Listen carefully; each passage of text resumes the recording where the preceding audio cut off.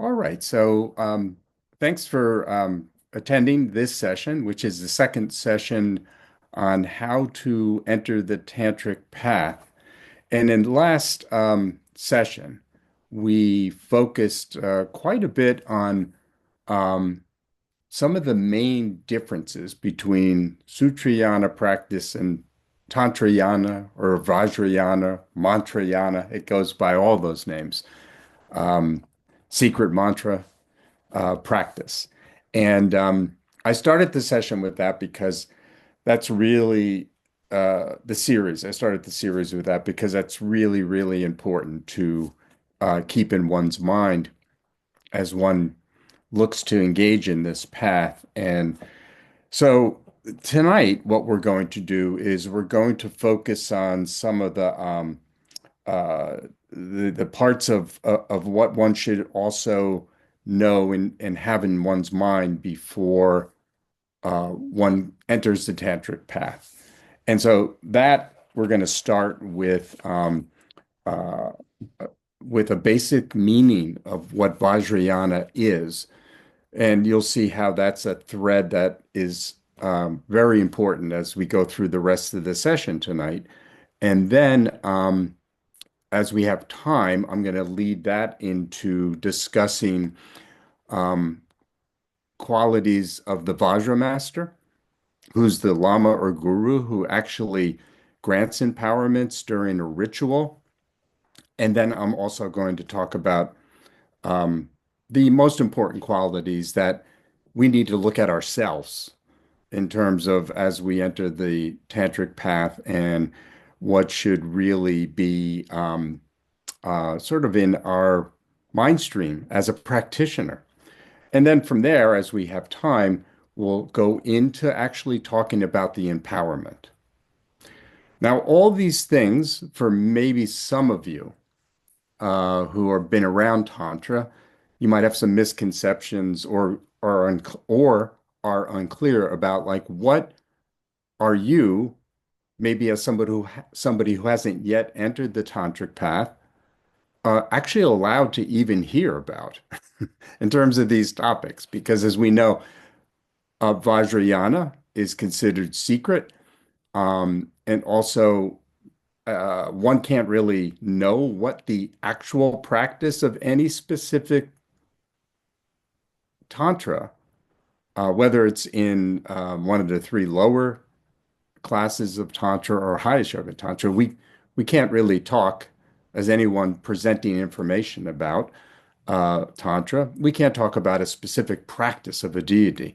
But His Holiness the Dalai Lama, just so you feel comfortable with what I'm presenting tonight, has overtly stated that for especially in contemporary world that we live in now, it's most important for somebody who's going to think about entering the tantric path, and even if you already have, and especially if you might be taking tantric empowerment again, which is highly advised, by the way, and we'll talk about that later, um, to know what you're getting into.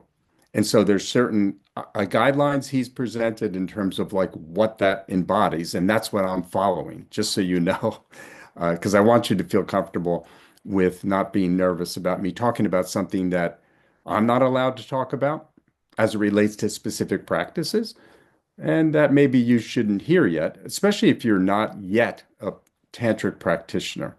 So no, there's no cloak and dagger going on here. I just want to, for those of you who have a sensitivity towards that. So I'm being participatory. Sorry, anticipating that some of you might have some sort of question or concern in that regard. So just know that as we start. So just to open up though by talking, because we are going to get into talking about the actual empowerment and what's involved with that. We start though with just talking about what Vajrayana actually is, and we start by talking about what the word tantra means. So it means continuum, and as we talk about continuum, what's the most important thing for you to keep in mind, and I talked about this in the first session, is that we're talking about the continuum of our most subtle mind. Tantra works as a practice on our subtle mind and the continuum that is that. It also means other things. And as we move along, I'll mention what those things are specifically. Um, and it also means, in the most concrete way, that it's a continuum of teachings that have come down to us as practitioners from the Buddha, um, uh, who's a manifestation. The Buddha himself, the one we know historically as Buddha Shakyamuni, he's a manifestation in terms of tantric teaching, the actual teaching and practices that he's given to us of the form, the primordial form of the Buddha called Vajradhara. So this is the sort of you would think of as uh, the primordial Buddha, the Buddha that has always been. Buddha is there, and we interact with Buddha in various manifested forms as our practice, as we turn to practice and try to engage with it as we might need, and also based on what kind of virtue we might have to be open to certain kind of practices, etc. It's a very dynamic and alive process. So continuum also means that this is a continuation of a path that comes all the way to us from the lineage of Buddha Shakyamuni. Uh, and it's something that works, as I said, as a practice. When we get actually into tantric practice, starting with the empowerments, we are activating our most subtle mind in ways that haven't necessarily been uh, utilized and exercised in our normal day-to-day living in our life. So another word for Vajrayāna or Tantra is Mantrayāna. And so the theme here, you're going to hear it over and over, is that Mantrayāna is another word for Vajrayāna or Tantrayānic practice. And specifically, when we use this word, we're talking quite directly about mantra. Mantra is considered in what most of you know as a verbal utterance that is has a quality, a special quality to it that protects our mind. So again, it nurtures the seeds that are planted in our mind during an empowerment when we enter the tantric path, utilizing certain mantras um, in a literal sense, like when we do certain practices, is for that purpose. And that has a lot of spokes to it in terms of how I could talk about that. But this is just a 30,000-foot view for you. Also, mantra is a practice done in advanced stages of tantric practice. In tantric practice in our lineage is called the completion stage practice, where you're doing mantra recitation, but it's not uttered. It's a deep meditative state, but mantra is present. So that sounds a little mysterious. But know that it can be called the Mantrayana path because the entire path that makes up tantric practice of any kind has these qualities to it, both in a literal sense of uttering mantras with certain purpose and qualities to them, as well as making them part of single pointed concentration, meditative concentration. So these are sort of the things that are fundamentally important in terms of knowing about the meaning of Vajrayana. Um, and then the next thing I want to talk about, and this is like, again, this is a little anticipatory on my part, thinking that some of you might have some ideas about Tantra, even of us who practice it. So I just want to talk for a moment about tantric deities. When we do a tantric practice in any one of the classes of Tantra, there's four of them. There's action Tantra, performance Tantra, yoga Tantra, and highest yoga Tantra. We are engaging in a practice with a deity, sometimes called a yidam, Yidam, but with a deity in a very specific way. So there's so many. There are so many tantras across the spectrum of the four classes of Tantra. In highest yoga Tantra itself, just in our tradition, uh, in the Mahayana tradition, there are millions of Tantras. We only have access to a handful of them. But in the Dharma treasury, where the Tantras are kept, um, which is not like on our plane, not to be magical, but there's countless Tantras. And they manifest to us as practitioners dependently arising. As humans, here on the planet Earth in the 21st century, might be capable of engaging with them. They manifest as we need them, in other words, to help us move along on the path. So this is one of the main points I want you to keep in mind when we talk about, for example, what's coming up at DNKL in May. There's going to be a Highest Yoga Tantra initiation with with a deity called Yamantaka. Yamantaka is a very wrathful manifestation of Buddha Vajradhara, specifically of Manjushri. Some of us know who Manjushri is as a deity. But the manifestation of that wrathful deity has one sole purpose, to help specific practitioners who can connect to that yidam based on who they are, again, dependently arising.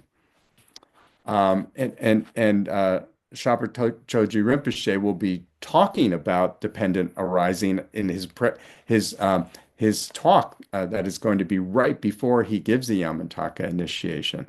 So hopefully it's auspicious that I frame things that way. So when we talk about all these different yidams and deities, the only thing I'm trying to get you as initial inquirers into Tantra and thinking about entering the path, but also for those of you who are already on the path, that none of these are contradictory. They're all present and can potentially dependently arise with you, each one of you individually, in a very unique way. Even one yidam, like Yamantaka, the way I would experience Yamantaka as John Cerullo and each one of you, it's going to be different. And you'll hear when I get to talking about the role of the Tantric Vajra master, how important it is that we have guidance, not just during an empowerment, but then all along the way of our practice. So there's a question from Nina. Nina, do you want to go ahead? You have to turn on your mic though.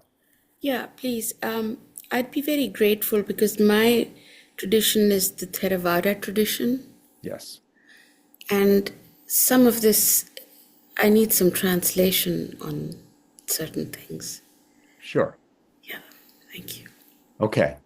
Well, it's hard for me to anticipate what might be unclear to you. So as I talk, what I want to ask you to do, not to make this hard for you or like a class assignment, try to note anything I'm talking about that, and don't feel like don't think that it might be something simple or complex. That doesn't matter. If it's not clear to you, just try to make a note about it. And then when we get to like a break, like I'm going to try to break in for questions, then please, Okay, specifically ask me okay. something that you may be able to articulate, if that's not asking too much, okay? What is Yidam? First. Yidam is a tantric deity. So when we talk about the Buddha, we consider the Buddha in Mahayana practice to be a manifestation um, that we can access in historically we have Buddha Shakyamuni of the primordial Buddha for one purpose, to benefit sentient beings, to help them reach enlightenment. So that's bodhicitta, right? So Buddha Shakyamuni had perfect bodhicitta, and he displayed reaching enlightenment while he was here, and then he went on to do the teachings that all of us Buddhists, whether we're Theravada Buddhists, Mahayana Buddhists, or some other type of Buddhism, those are the two main practices, then all comes from him. So, but in Mahayana Buddhism, and specifically in Vajrayāna Buddhism, we think of Buddha Shakyamuni as a manifestation of a primordial Buddha, um, very real and tangible. But similarly, in Tantra, when we engage in a specific tantric practice, so I just mentioned, for example, Yamantaka. Yamantaka is a manifestation of the wisdom of the Buddha Manjushri. And Manjushri is a manifestation of the primordial Buddha. It's just a manifestation to help us because we need help. We can't go to them and just access the primordial Buddha. It would be overwhelming. We couldn't even handle it. So they're doing us a favor, right? I'm being sort of pedestrian and putting it that way. But a yidam is a tantric deity that is the object of the meditation practice in the lower tantras and in highest yoga tantra. And you'll hear me talk about this shortly. We actually visualize ourselves manifesting as inseparable from the yidam. And literally we manifest ourselves out of emptiness, out of a meditation on emptiness as the yidam. Um, but enough said about that for now. No, So thank you. That's very helpful. okay. Yeah, So, thank and you. that's what we're talking about right now, are tantric deities. And the anticipatory question some of you might have, maybe none of you have, but I had when I first started, which is like, why are there so many? And it's because all of them, it's to your question, Nina, like what these manifestations of the pure enlightened Buddha, we can call it in certain traditions like Nyingma tradition, they call it Samantabhadra. And Samantabhadra is also known as one of the eight bodhisattvas, so don't confuse it. But primordial Buddha. We call it in Galupa tradition Vajradhara. So then no contradictions. These are just labels. So in Tantra, it's a different world. It's a different world from Sutrayana that we engage in specific practices. When we take empowerments, it's in a practice that has as its main object in the meditation practices that will be part of it, a yidam. So there's different names. There's Vajrayogini, there's Chidamari Tara, there's Guya Samaja, there's Chakna Samvara, there's Haruka, there's Yamantaka. There's all these tantric deities. And I'm going further and saying that I can quote you commentaries that talk about how there are countless because we're all slightly different. And it's part of the formula of how we have to make sure before we enter Tantra, we have a solid foundation of practice as Buddhists so that we don't slip and fall and get confused. So, enough said about that. Again, I wanted to just address tantric deities in through that lens, so to speak. So the next thing that's really important to put into focus is like, what's the purpose of Vajrayāna practice? We have Sutrayana practice. Most of us know if we're Galupa practitioners and we are Mahayana practitioners, then we know, for example, the three aspects of the path or the three principal teachings of uh, our our lineage founder, Jason Kappa. So then, like that has the entire path. So, like, why do we need Tantra? So this is something important to understand. So first, we talk about Tantra. Tantra is not unique to Buddhism. Tantra exists it goes back before the beginning of our manifestation of Buddhism on our planet, in our world, through Shakyamuni Buddha. Hindus, practitioners of yoga. Yoga is a religion in India. It's not like just doing exercises. That Tantra existed before that. But why is Buddhist Tantra different? And it is different. All of tantras, in terms of what's in common with them, they use advanced meditation practices. They use something called a subtle body that is, encased, if you will, in this course level body, and work with things like that are called the chakras and the drops and the essence and the subtle nervous system and the winds. All these things are common.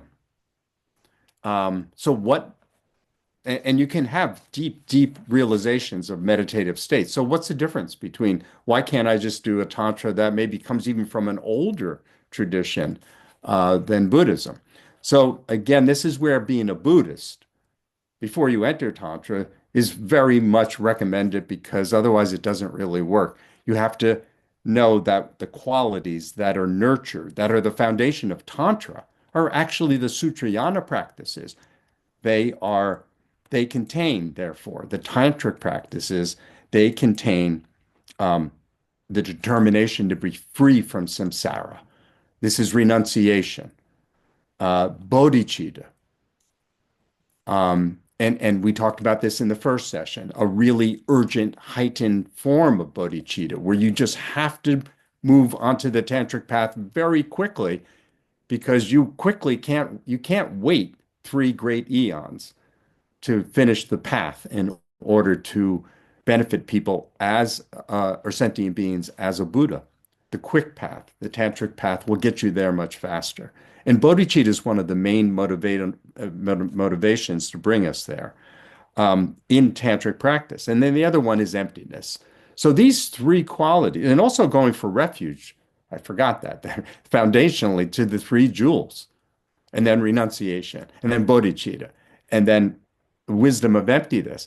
We as practitioners should be have that know what they are, have some knowledge of them, and realize that those are the qualities that are different than all other types of tantric practices in non-Buddhist um, practices.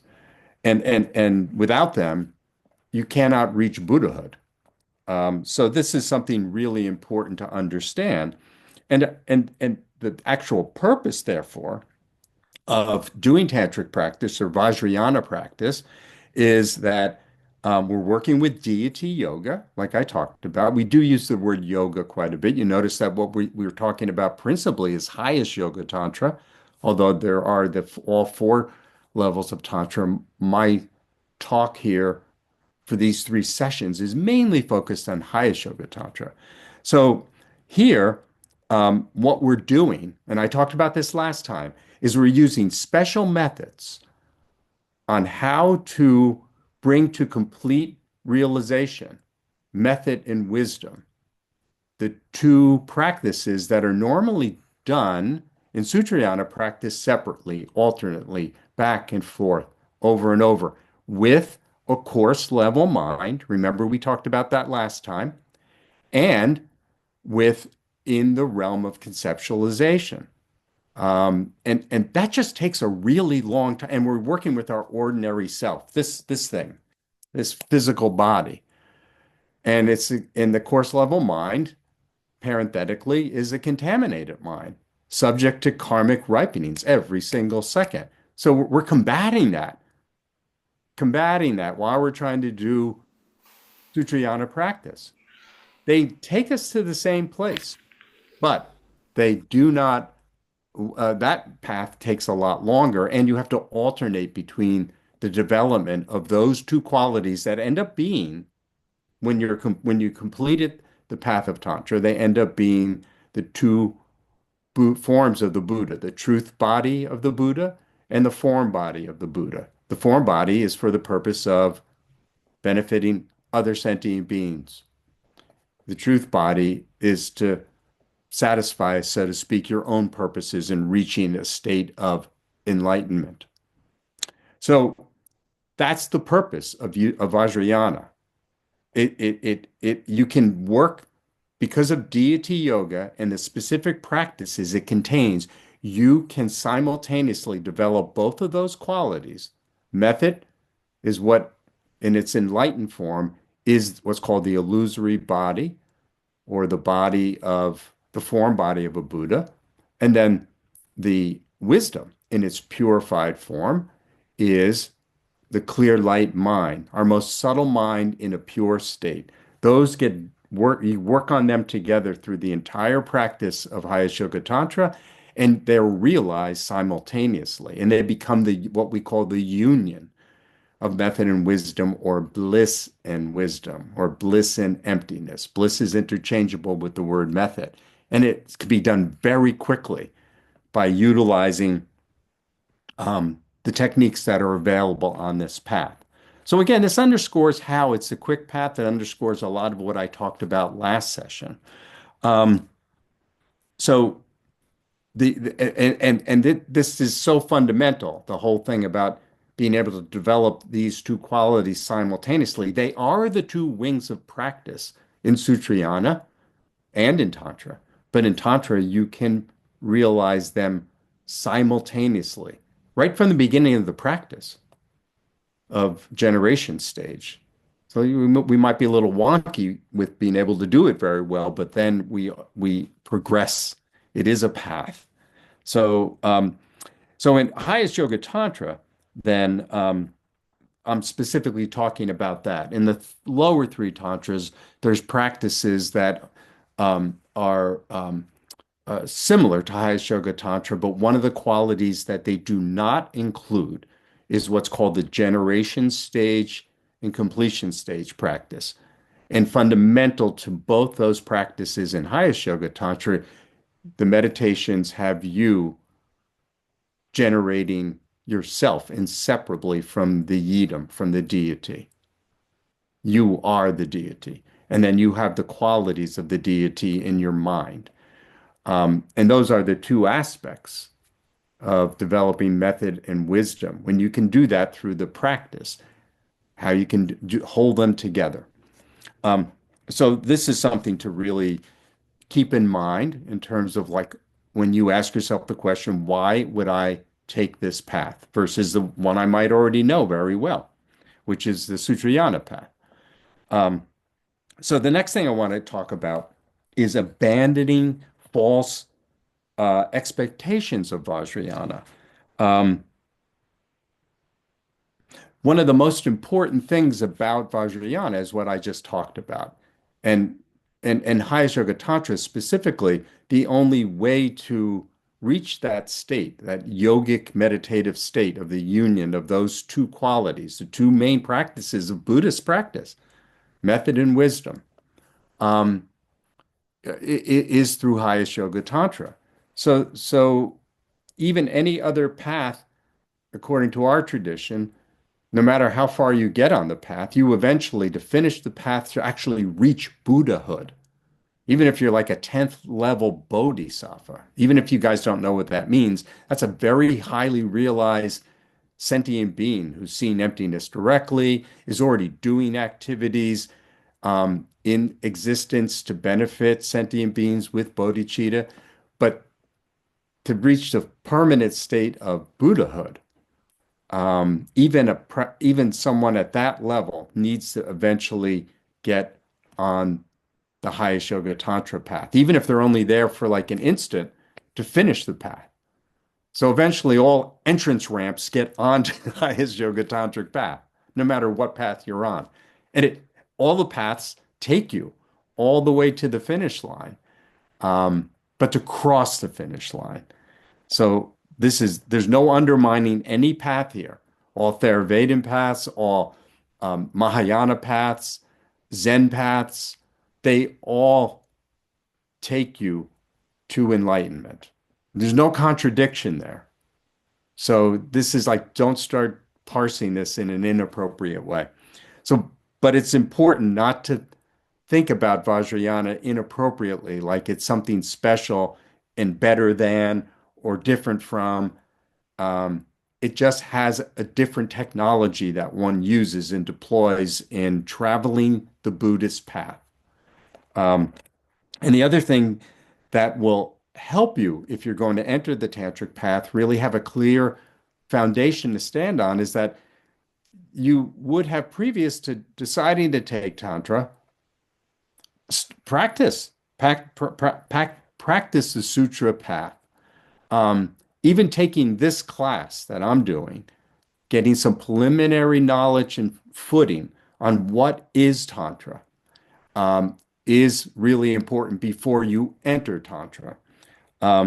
So, as I underscored earlier, His Holiness the Dalai Lama has made that a big, big part of what he's telling the world and of Buddhist practitioners in terms of those who might want to enter this path.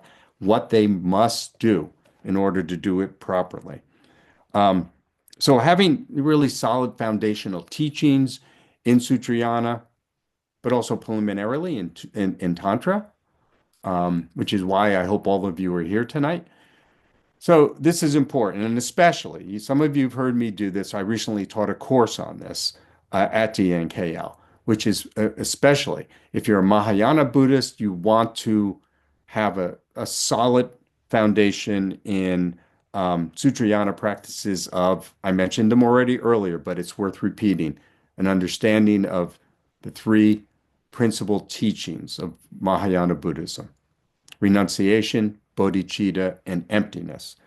Um, and you should have a realistic, on a very coarse level, have a realistic expectation. Don't think you're going to enter the tantric path and you're going to reach enlightenment in one lifetime. Technically, all the scriptures, the Mahayana, Vajrayāna scriptures say that that is possible. But His Holiness the Dalai Lama says that there's very few people on the planet who that applies to. They would have been practicing for eons, just like the Buddha. So these are rare, like the Buddha's rare, one of the three jewels. So then maybe none of us are going to reach it in one lifetime. But the tantric scriptures do say that if we take tantric vows built on a firm foundation of Sutrayana practices, renunciation, bodhicitta, wisdom, then we are open, we receive the vows properly, which I'm going to be talking a little bit about starting a little bit later tonight and then next session. And then we keep them. We keep our vows and commitments that we receive in the empowerment. Even if we don't do a tantric practice, if we just keep the vows and keep and I'll talk about that a little bit later. We can reach enlightenment within 16 lifetimes. This is what the scriptures say. 16, not 7, not 10. And if we take the vows and we keep them properly, don't break them, and we do our practice, even if we're not very good at it to begin with, the scriptures say that we can reach enlightenment within 7 lifetimes.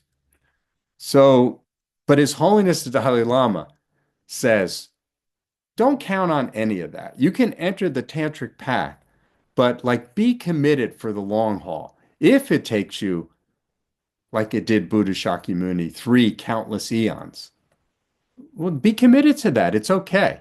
Geshe Darge always says, our teacher at DNKL, like just make some progress. Even if it's like this much, you're better off today than you were yesterday then. And the clock's ticking on your precious human life, but that's not something you should have anxiety over. Like, oh, I got to finish the path by the time I get to. That's like that doesn't work in our cosmology, right? We're sentient beings that have been here in suffering existence since beginningless time. We need to chip away at it. It can include Tantra, but don't have unrealistic expectations about the Tantric path in terms of like getting you to the finish line and across the finish line, meaning to Buddhahood. Um, be relaxed about your practice, even if you enter the tantric path. There's no clock running there either. No difference between that and Sutrayana. And then the other thing on this point, one more point, is that you do not, if you do go onto the tantric path, you are part of your commitment is to keep your practice secret. Some of you might have heard this and you might wonder, like, well, why? Or maybe some of you know. But there's many reasons why. But the main reason why is that um, one um, keeps it to oneself because the practices themselves, and then also when we end up talking about it later on, the ritual objects one uses, and then also some other aspects of what one does, people wouldn't understand them. And then they could cause people to lose faith in the Buddhist path, even if they're not Buddhist. It's like, you don't want to make people turn sideways. So it's best to just keep it secret. You could talk about Tantra with your fellow Dharma brothers and sisters if they're fellow tantric practitioners because you could aid each other. But even then, your focus should be not be to talk about it like, oh, I have 10 empowerments from seven different yidams. Like that's pride. And that's another reason not to talk about Tantra and to keep it secret is suppress your own pride. So if you do talk with fellow practitioners or your teacher about it, it has to be with one focus, with bodhicitta, that you talk to your teacher, for example, about something you experience in meditation because you want them to help you stay the course. Are you are you experiencing this correctly or not? You know, that kind of thing. Or maybe talk to some, you might have a Dharma group that gets together. But the purpose should be not to show off, not to talk about realizations, how great you are as a practitioner. It's about helping each other with the practice. That's within the circle of secrecy, if you will. But it's not meant to cloak anything that's immoral or weird. There's a lot of weird ideas about Tantra.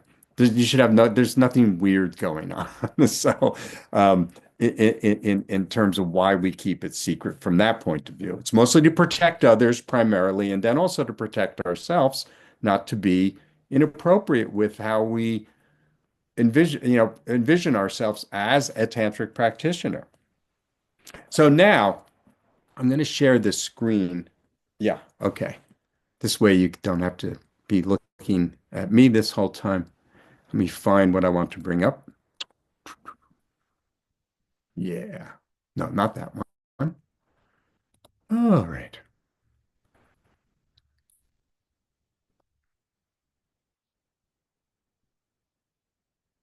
So here, what you're seeing is a document that articulates some of the key points about how to regard a tantric master. Now, this is important because as we talk about like actually entering the tantric path, you have to receive empowerments in a specific practice in order to become a practitioner. And somebody has to give you those empowerments. So this is called the Vajramaster. So, for example, up at DNKL, what's coming up, Sharpa Choji Rinpoche will be giving the Yamataka empowerment.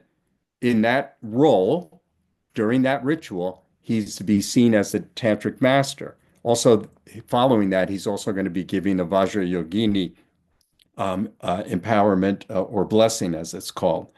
Um, so, in the role, if you're going to be part of one of those events, those ritualistic events, or in the future sometime, you're going to want to know this. And I'll hand this out, by the way.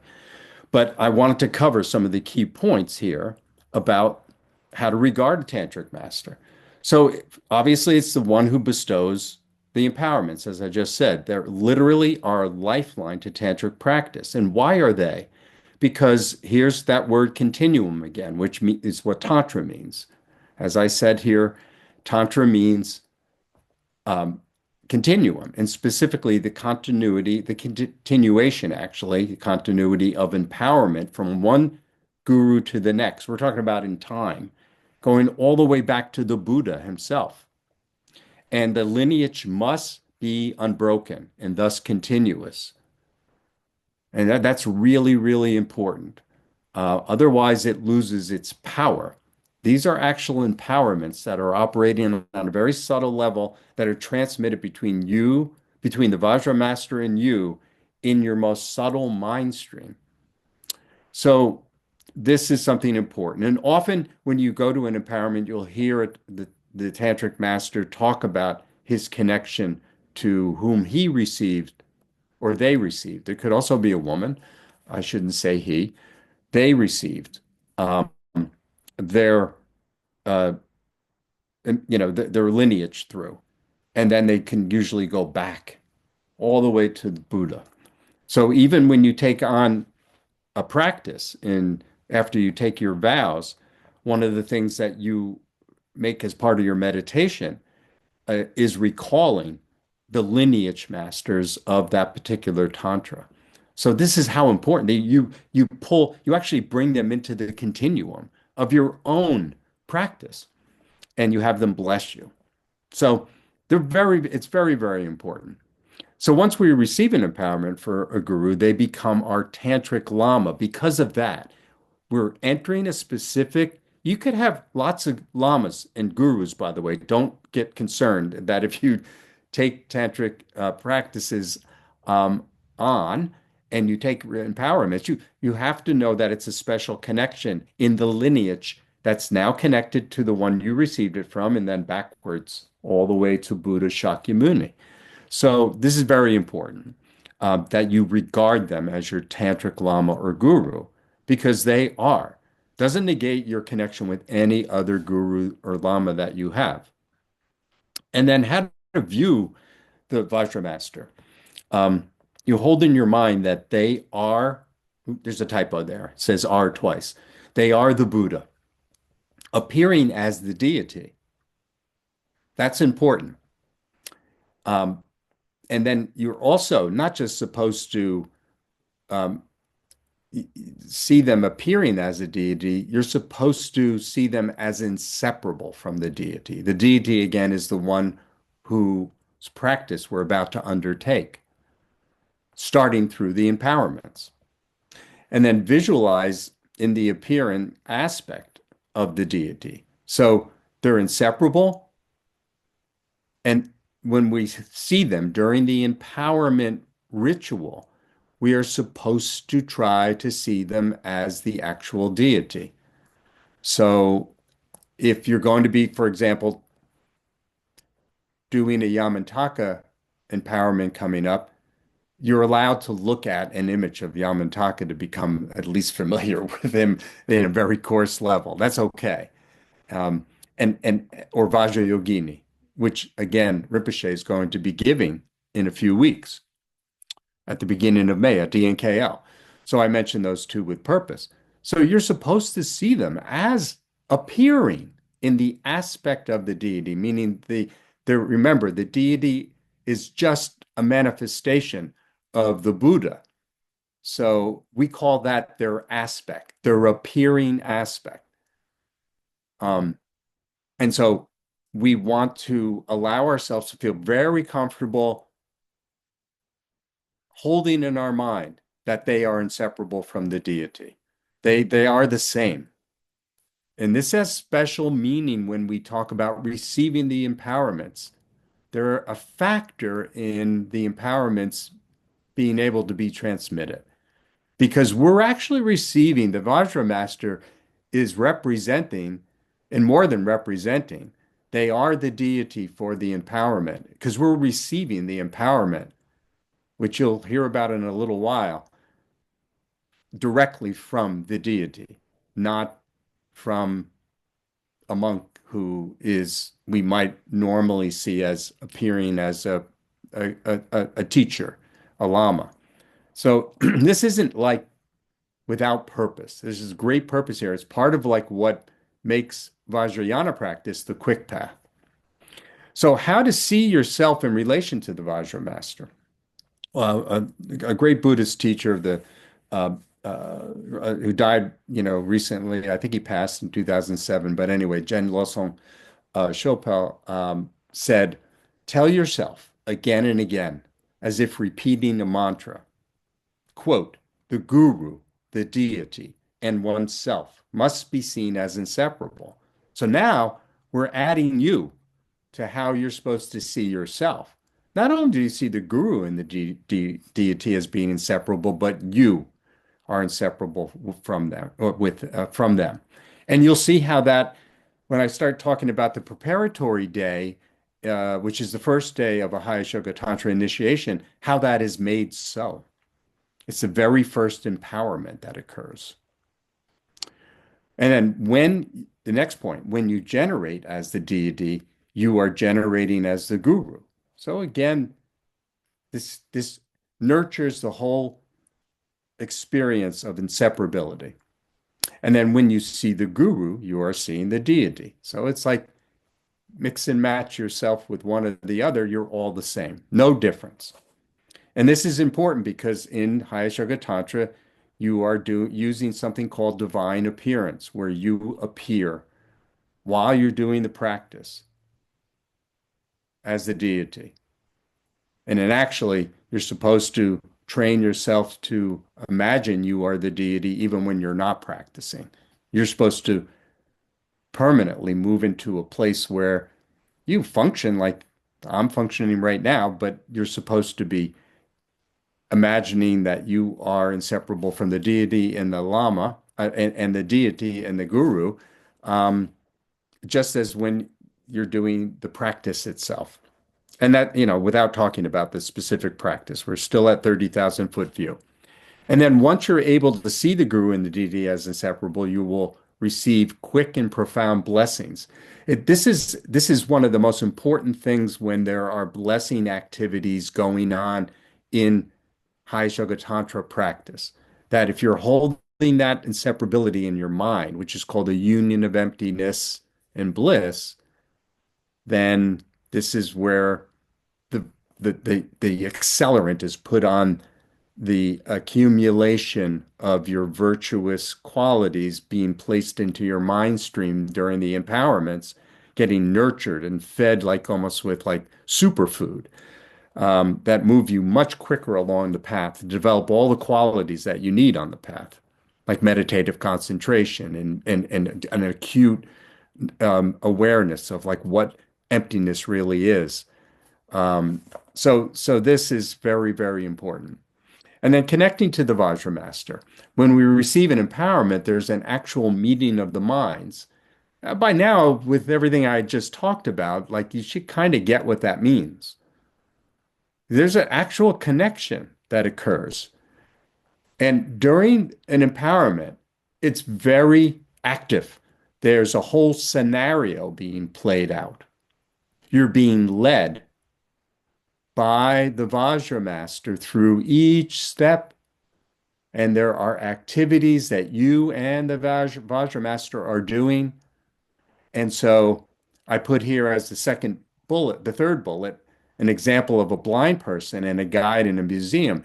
As you enter as a neophyte, as a newbie to Tantra, and you're going to an empowerment, you don't know what is going to occur. So you're like a blind person. But if you can have faith and trust in the guide, the Vajra Master, they'll take you step by step, like with precision and correctness because of their training, that they can then bring you to the point where you actually do have the experience of receiving the empowerments directly from the Yidam. So very important. It's a meeting of the mind. There's like a shared vision that occurs, as I said in bullet point number 2 here. And then these are qualities of a Vajra master. And I won't go through all of them because we don't have time tonight.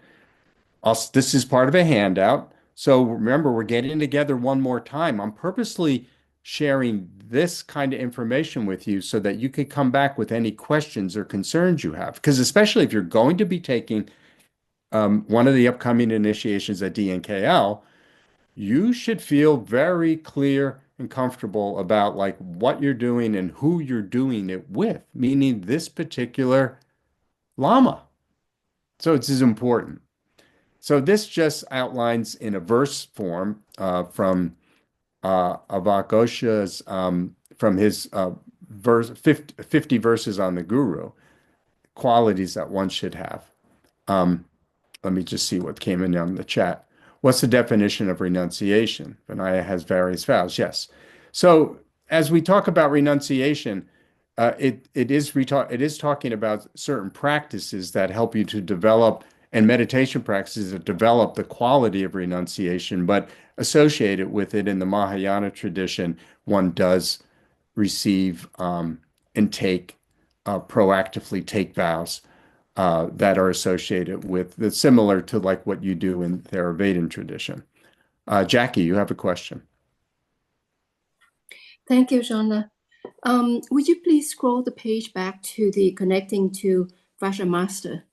Yes.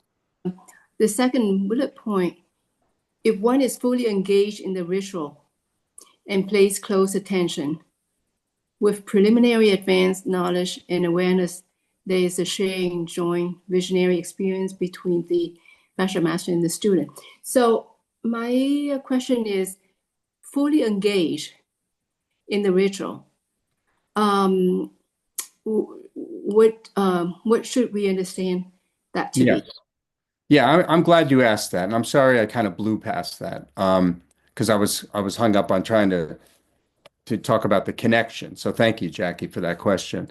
Um, Fully engaged here means that there's so much going on during the ritual. It's a ritual, so there's lots of activity going on from start to finish.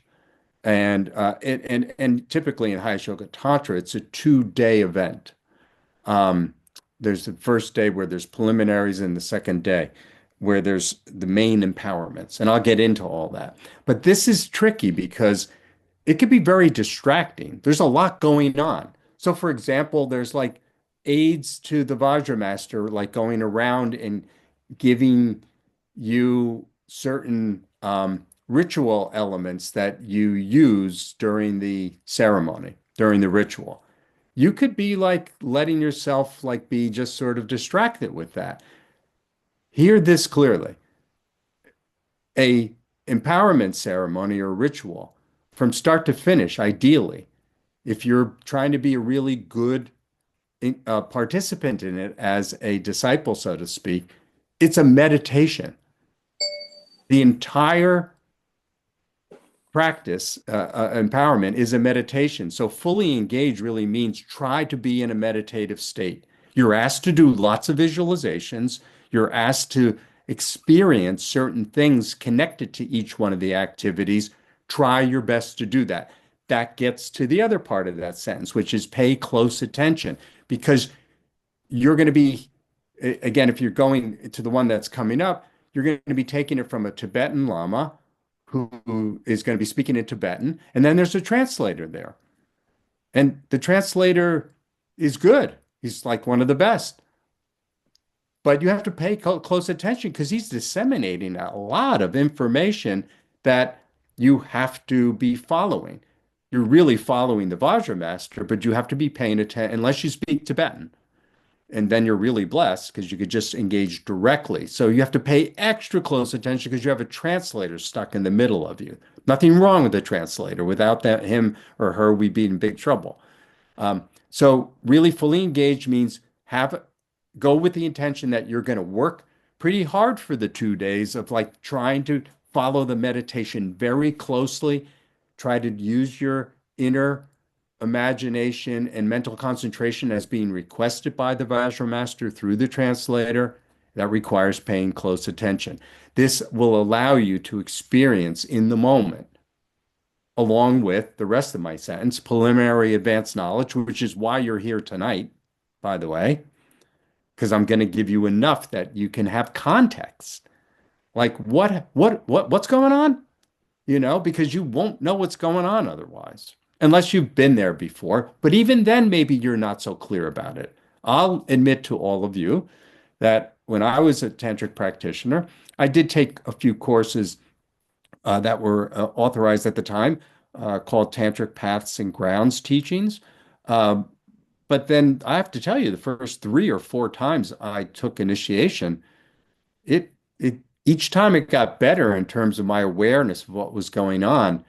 And it's one of the reasons I encourage practitioners to don't hesitate to take the same empowerments over and over again if you have the opportunity, because they will kind of seep in,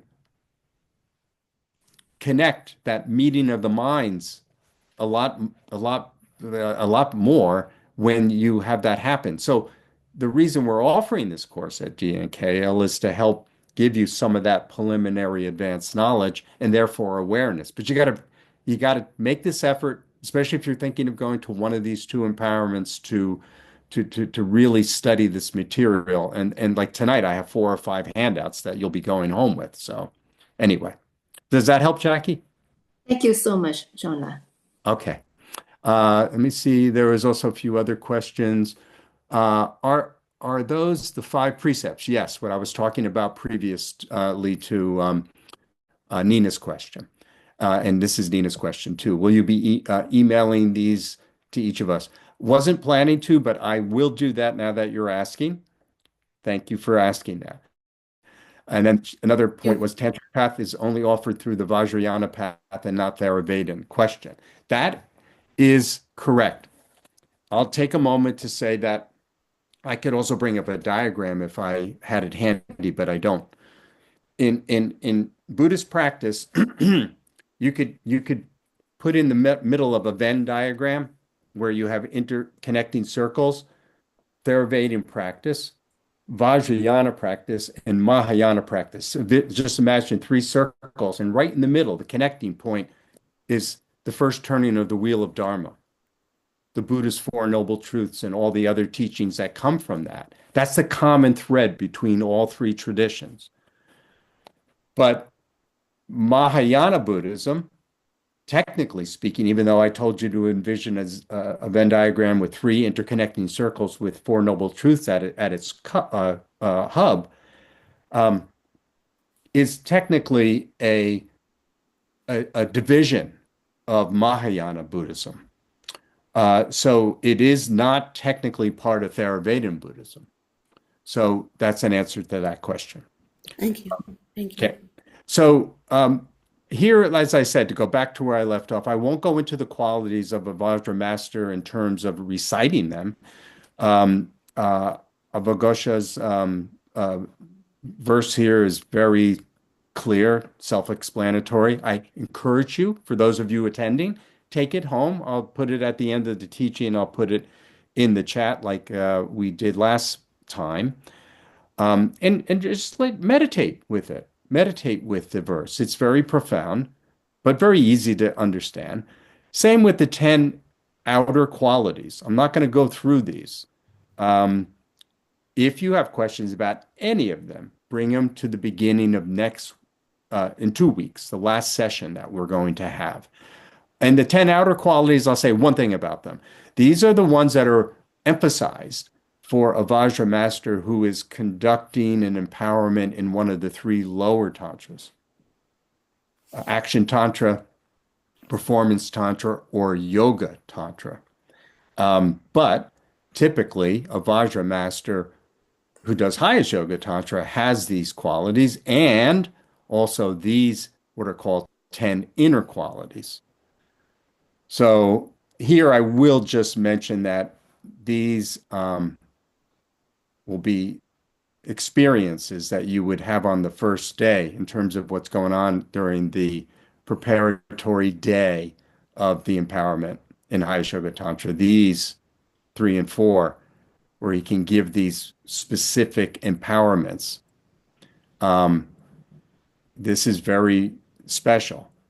They plant the potential to attain the Buddha's form bodies, and then these two to plant the potential to attain the Buddha's truth body. So then there's these other ones.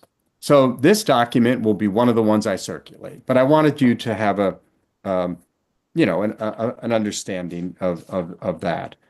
And then I already talked a little bit about like somebody who's going to potentially be a tantric practitioner. And I think at this point, not only because of time, but also I've talked enough about that. And I don't have a chart for that. That's something that you should really just have an awareness for yourself. I'll just say one thing about looking at yourself if you're thinking of entering the tantric path. And even if you've already done so. The best prepared person is somebody who has a really good handle on the three principal teachings of renunciation, bodhicitta, and wisdom, and even has some realizations through those meditative practices. But again, His Holiness the Dalai Lama says, if any of us, I'll include myself, yeah, and I waited a long time before I took tantric vows after I started practicing Tibetan Mahayana Buddhism. He said, but if you wait until you reach that level, then you'll probably never enter the tantric path. So that's not advised. He says, and I'll quote what he says. He says, the time to begin tantric practice is when you have some experience of the three principal aspects of the path and the intention to generate those realizations. Although the understanding of the realizations, which are the foundation practices, renunciation, bodhicitta, and wisdom, aren't fully formed yet, and you don't have real realizations, it's okay. Keep working at those practices, is what he says. And the seeds that can be granted to you during an empowerment, if you're tuned in, as we've been talking about the connection you have to have here, uh, as I talked about here, then you'll be on your way. And remember, you're just trying to make some progress. It's not like you've got to reach enlightenment in 1 or 7 or even 16. That shouldn't even be in your mind. Um, so that's probably the main thing. And then having faith in the Lama who's giving the empowerment is also something you should have in your mind. Some of you might say, well, I'm planning on doing this empowerment at DNKL, for example. Well, I don't really even know the Lama. I highly encourage you to go to Rinpoche's teaching on dependent arising that he'll be doing right before the start of the Yamantaka initiation to form a connection with him. But you already have a connection with him um, through the one of two entities that are already in your life. If some of you are connected to Geshe Darge as a teacher, Geshe Darge is part of the lineage that Rinpoche is part of as well, which is from the lineage from Saramay Monastery. And Rinpoche's taught at DNKL before, and they have the same lineage in terms of that lineage on this practice, these practices he's going to be giving. So you are supposed to extend that to Geshe-la, for example. Like he's somebody who you should see also as inseparable, not only from yourself, but also as a tantric practitioner, but also from Rinpoche. So like they hold the same quality of teachings. And Geshe-la would tell you that that Rinpoche's are higher than his. Geshe-la doesn't do tantric empowerments because he doesn't feel like he's ready yet. That's him saying that, not me. So then you could have, through your own teachers who you're already familiar with, have faith in the lineage that this teacher is also a part of. So then maybe for Nina, that's not the same thing, but that's another subject that, I don't really want to talk in depth about tonight. I'd be happy to talk about that offline with you, Nina. But faith is really, really important. You will not be open to receiving the empowerments if you go in there and you're like, "Oh, I'm not, you have to surrender, not like in any like way like it's harmful, but like you have to be open to like what's going to be coming to you during the empowerment. So this is very important. So faith, and I think I put that here. Yeah, in caps, faith and trust. So you try to make a connection as best you can, and then afterwards try to maintain in whatever way. And we live in this 21st century. There's lots of ways to stay in touch with lamas who are not near us. His Holiness the Dalai Lama says emphatically that being close to your tantric lama doesn't mean that you have to be near him geographically, physically. Then you don't get it. It's more the connection that's made during empowerment and then looking for that master's guidance, either directly or through somebody you know's connected to him. And I'll use Geshe Darge as the example. So this is something that I would make sure you think about clearly. Um, but you do want to think about the kind of next thing you want to do is think about the kind of commitments that you make that are thrown at you right at the beginning of the empowerment. On day one, you are asked to take vows. So His Holiness again says, you should know what they are before you take them. That makes sense, right? What are you committing to? Because you're going to be committing to keeping these and also doing certain practices like on a regular basis. So for that, I just want to, and these will be part of handouts. Let me just look at the chat real quick again. Okay. Um, yeah, we'll have to talk about these questions uh, offline when we get a chance. We already talked about that, but the Lung, where does it fit in? Yeah, we'll talk about that separately too. Um, have to go early. Thank you very much. Okay, that's one somebody who just was leaving the session, so they were just thanking me. But hold off on the Lung question for a moment. Um, what I want to do is make sure and we won't go through them in detail because these will all be part of the handouts. So I want to just spotlight here the commitments and vows that you take. Um, Commitments are something that you agree to keep. Vows are something you agree to avoid. Okay, so you'll see that in what are called the 19 commitments that we receive and take and recite and pledge to keep on the first day of the empowerment. And they're called the 19 samayas of the five Buddha families. And this is a snapshot of them, just a line listing with no explanation. So I just list them here for you for those who are not familiar with them. There's 19 of them spread across the five Buddha families. And we're not going to talk about the five Buddha families here tonight.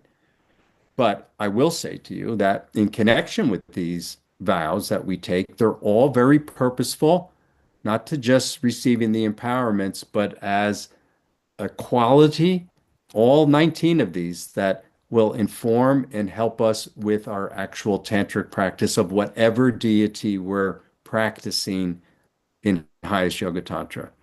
And that's for like a whole nother class, though. Remember, this class is meant to be an introduction and to alert you to some of the specifics that you need to think about before you enter the path. Or for those of you who are already on the path, refresh your knowledge. I will also circulate this, though. This is also this is a document by one of my favorite lamas, Lama Yeshe, um, who passed very not tragically, but unfortunately, a long time ago, back in the 1980s. But he has a nice, accessible. No, that doesn't take up too many pages. Um, um, Overview of the five Buddha families, 19 samayas. And he gives a little bit of wordage to go with each one. So this is like meant for those who want to know what these are in a little bit more close up fashion. Okay. So I won't go through this, but I've hide this document that I'm circulating highlights, you know, what they are. Um, and and all together, all 19 are present here in his review for us, for our benefit, of the 19 samayas. And these will be commitments, the English word for samayas, that we take as we enter and interact with, and one of the things we do early on. Oh, can you guys hear me? Because my internet just said I was unstable. We can still hear you, John. Okay, thank you. Um, I didn't know if I was talking to thin air for a moment. And then right after we take the 19 samayas of the five Buddha families in terms of commitments, we take our first set of vows. Some of you might already know the Bodhisattva vows, but I'm going to circulate this document anyway. Some of you might have already taken them, but you need to know that when you enter a tantric empowerment, such as highest yoga tantra, you take your Bodhisattva vows again, because you have to have them before you can enter what's called the mandala of the deity. So this is a document from Foundation for Preservation of Mahayana Tradition. It's very good. It's 24 pages because it doesn't only articulate the 18 root vows and then the secondary vows, but it also talks about them and how to restore them if you break them and prayers to generate bodhicitta. But the vows themselves are here. Um, and then he breaks them out into like how they're associated with different states of mind. And then here he actually articulates on page 8 the 18 root vows. And then following this, sorry to scroll so fast, the purpose is not to review them here, but just make you aware of what you are getting into. And then, of course, some of you are already familiar with the four conditions. These are the conditions that must be present if you to actually break one of your 18 root vows. There's exceptions for vows 9 and 18. Again, you can read about this. And if you have any questions, if one or more of you aren't familiar with these and you read them, then you can bring that up at the beginning of next class. But this document is meant to sort of anticipate any questions you might have. Read this document, it's really good. And then the 46 branch vows, they're part of the Bodhisattva vows too. So technically, you take those as you take the 18 root vows. And then you take the Tantric vows. The Tantric vows are known as the 14 root downfalls. So here, this would be a document. Again, I'm circulating all these documents to you, a summary of the root downfalls, again, by Avagosha. And here it's in verse form. That's how he wrote. And the vows start here. Each little verse is one of the vows. There's 14 verses. I'm going through it quickly because I'll show you at the end. I just put them in a list, kind of what I did with the 19 Samayas, although those are in two separate documents. So these are the 14, and you should be familiar with these. So what I'm doing for tonight is introducing you to them if you don't already know them, so you can become familiar with them. And then you can ask me questions about any one of these at the beginning of our next session. Our next session is going to be purposely structured so that we have time to answer questions, and then we'll finish the discussion about the main part of the empowerment that you would be going into. Yeah, because we're not going to have time to get to that tonight, and I didn't plan on getting to that tonight. So these are all the handouts, and they're most important for you to take home with you, so to speak, so you have time on your own to read through them, the vows and commitments that you'll be making. All right, so the 19 commitments or samayas of the five Buddha families, the Bodhisattva vows, and the 14 root vows. So the next thing I want to talk about is just to start to introduce you to entering the actual path. So here, let me stop sharing. Here, we're talking about what I've already been dancing around a bit. We're talking about going to receive an empowerment.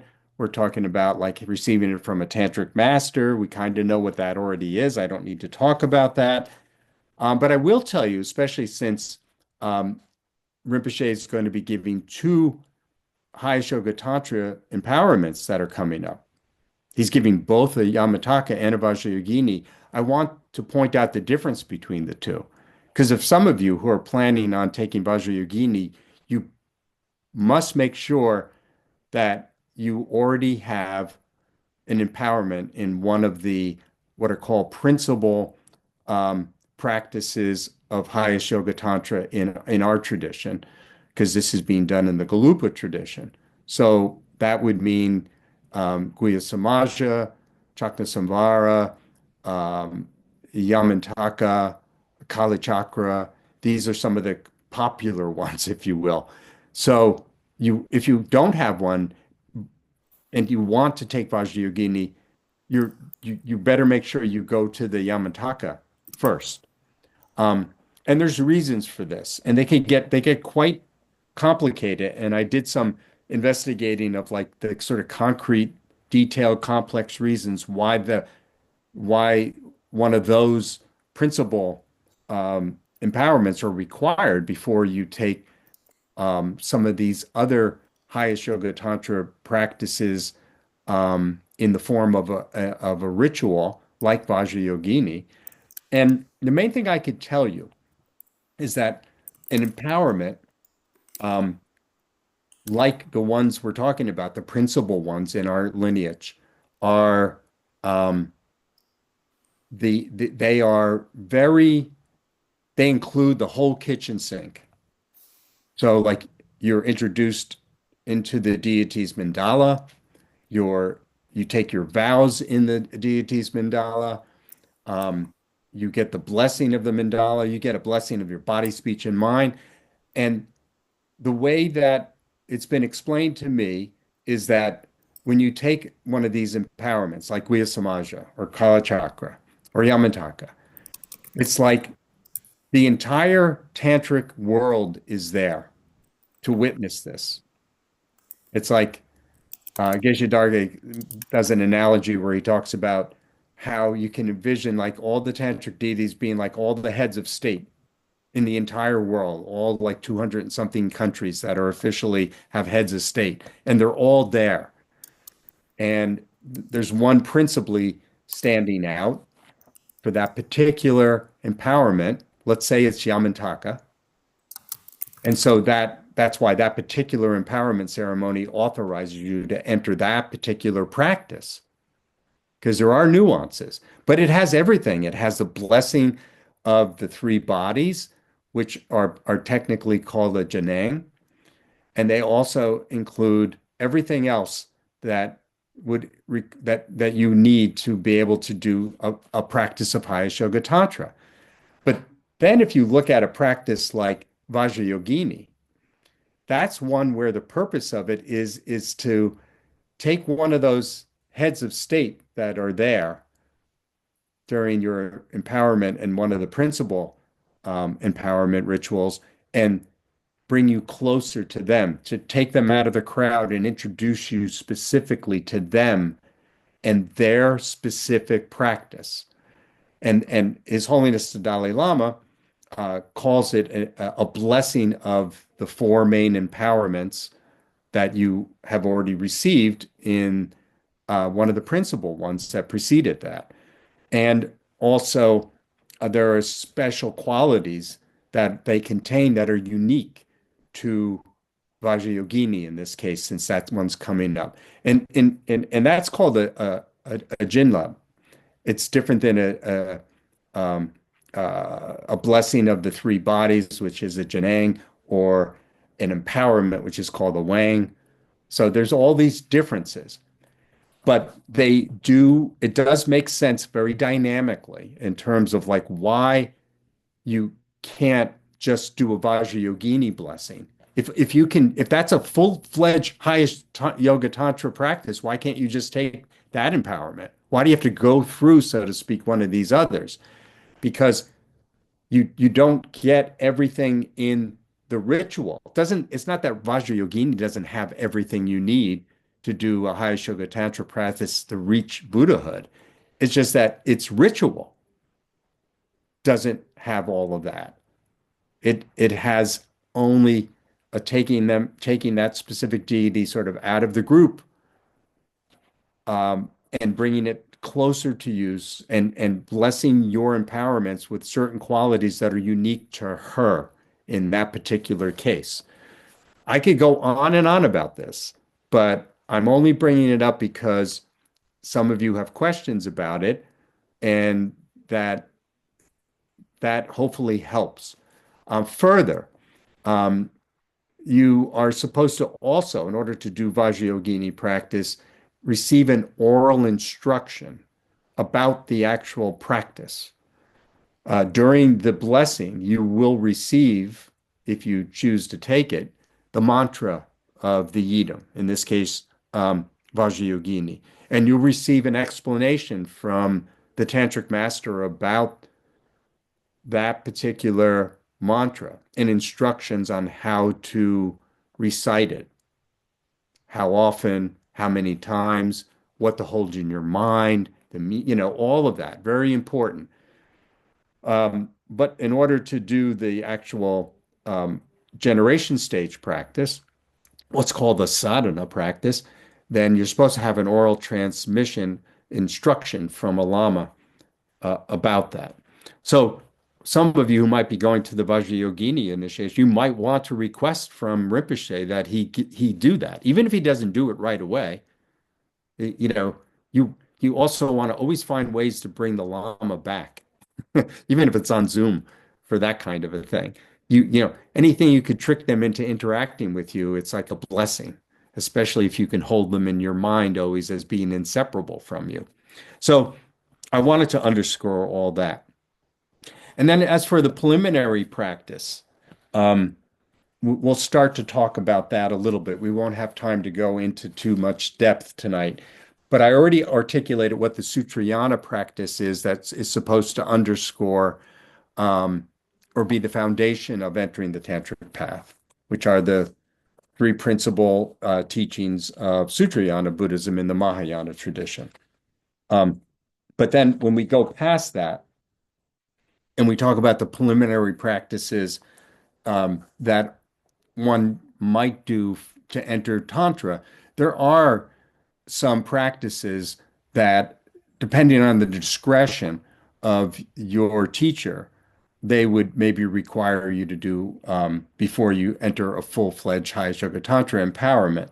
Sometimes they're lower tantric practices. Sometimes they're practices called Gangro, uh, Gan, uh, Dro. Sorry, I have trouble saying that word. And these are specific practices as tantric preliminaries. I won't go into all those. Um, but some of you might be familiar with them. None of them are being required, as far as I know, in an official capacity by Rinpoche in order to register and be a part of either the Yamantaka or the Vajrayogini. So I won't go into detail about that. What I will say is that the empowerment itself is typically, like I said, a 2-day event.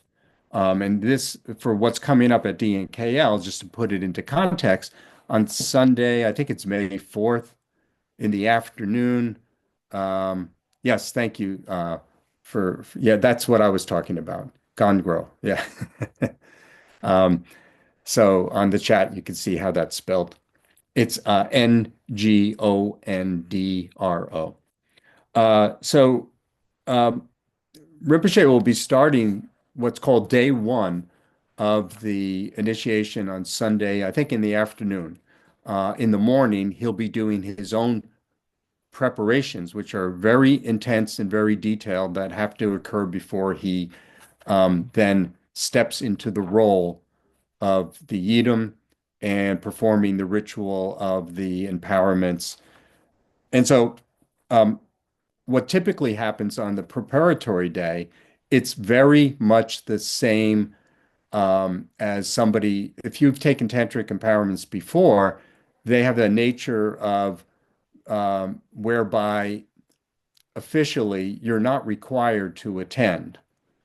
I don't I don't personally advise that only because I think there's a lot to be gained by refreshing, taking the vows, which are all given on the first day. The empowerments, the main empowerments are given on the second day. All of these activities that happen in the preparatory day are activities that happen before you enter the mandala. So you're outside the mandala, and but you then are brought into the mandala, and certain activities are undertaken.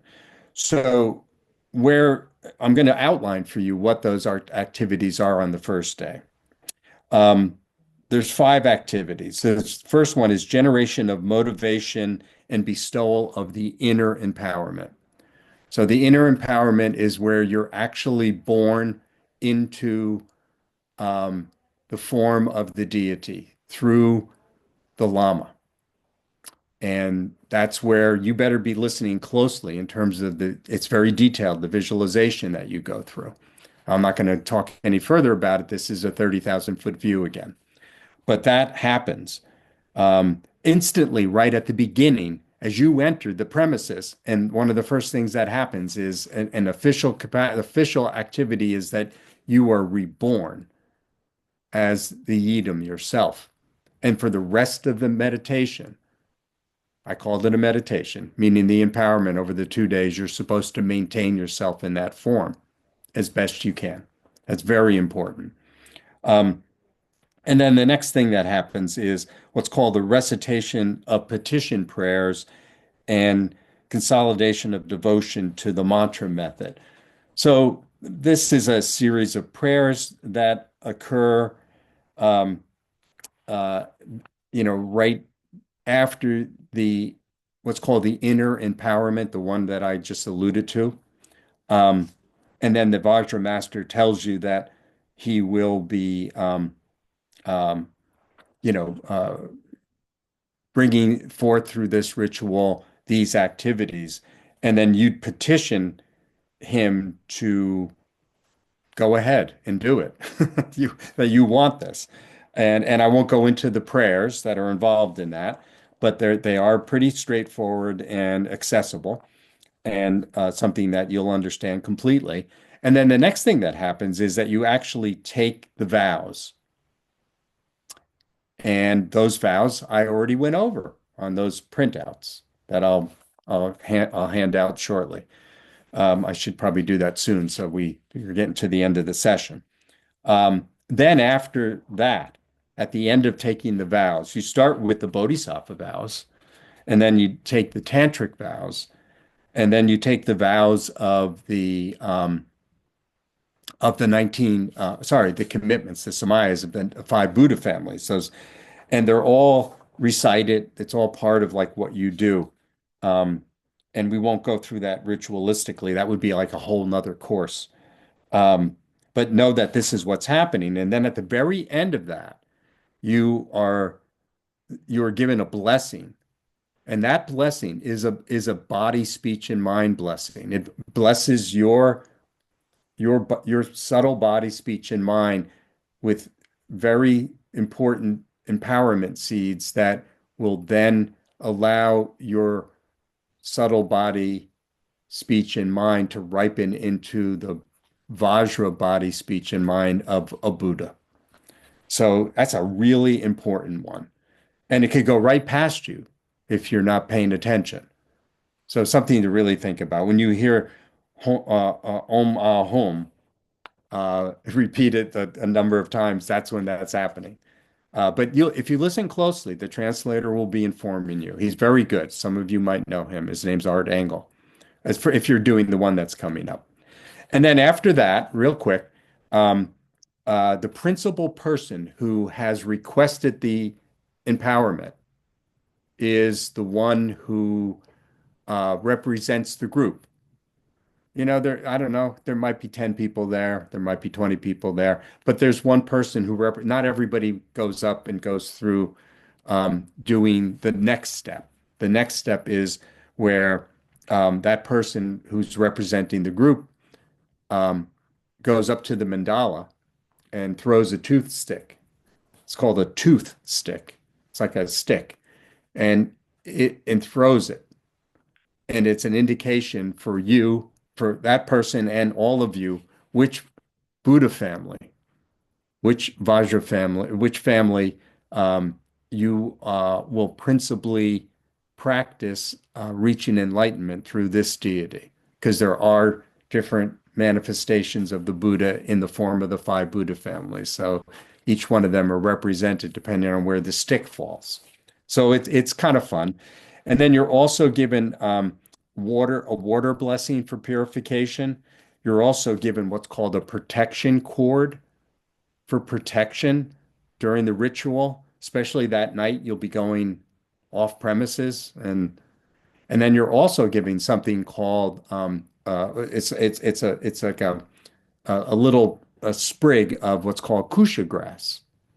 And the kusha grass, you'll get directions from the Lama who will tell you how you're to use the kusha grass that night, give you instructions on how to use it while you're sleeping, and then also give you further instructions on how to examine your dreams that night, and because they're very auspicious. Whether you remember them or not is another matter, but you'll be given advice by the Lama. So those are the five activities that happen during the preliminary first day. And then the second day is when we get into the main section of the main empowerments. And I'll be going into that in much more detail, and still keeping 30,000 foot view. I'm not going to go through the ritual with you that would be inappropriate. But here I'm outlining, what happens on that first day. And again, there's so much going on that you could literally miss it in terms of, what I just described, especially the vows and commitments. You're going to want to keep them in mind. We're at the end of the time. I will answer the questions in the chat, but before I do that, let me put all these attachments in the, I pretty much, I think, have this ready. Um, so I have to put that this is to everybody, right? That's the first thing. Yes. Thanks. And then I'm going to, can I put them all in at once or do I have to do them one at a time? I think that you can put them all in at once if you like maybe control I know shift. how to, yeah, I know how to control shift and all that stuff. I got them selected. I just don't want to blow up the, hey, I think it should be fine. yeah, it keeps going. I'm trying to go to everybody in the meeting and it keeps going to one person. Hold on. Let me try it. Yeah, there they are. So there should be 5 documents in there in the chat if you want to pick them up. Also, if any of you registered for the class, they'll be emailed to you as well. They're not in there, John. Okay. Oh, I have to hit enter. You taught me that last time. They're all loaded. Yeah. There. Thank you so much. Thank you. What would I do without you? Gosh. So let me see if there's any questions because I know that by my doing that, I made the questions go away. All right.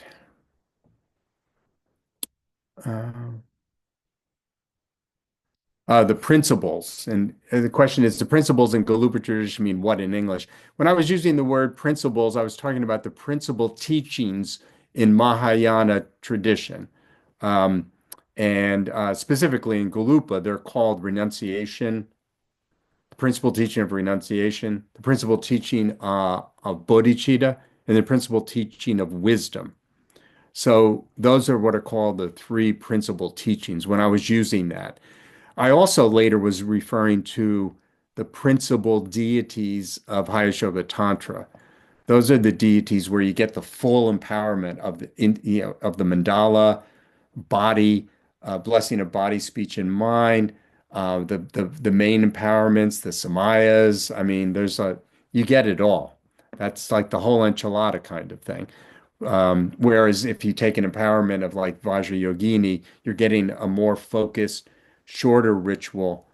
That is why you have to have the full one in advance or ahead of that as a yeah. So Thank you. yeah. And then yes, somebody's asking me for a referral about uh, Gondro practices, and I can send that to you. If we have your email because you registered, great. If we don't, I have no problem with you just emailing me directly. So for any of you who want to, just email me directly at the letter J. My last name you can see on the screen. So it's J Cerullo, Cerullo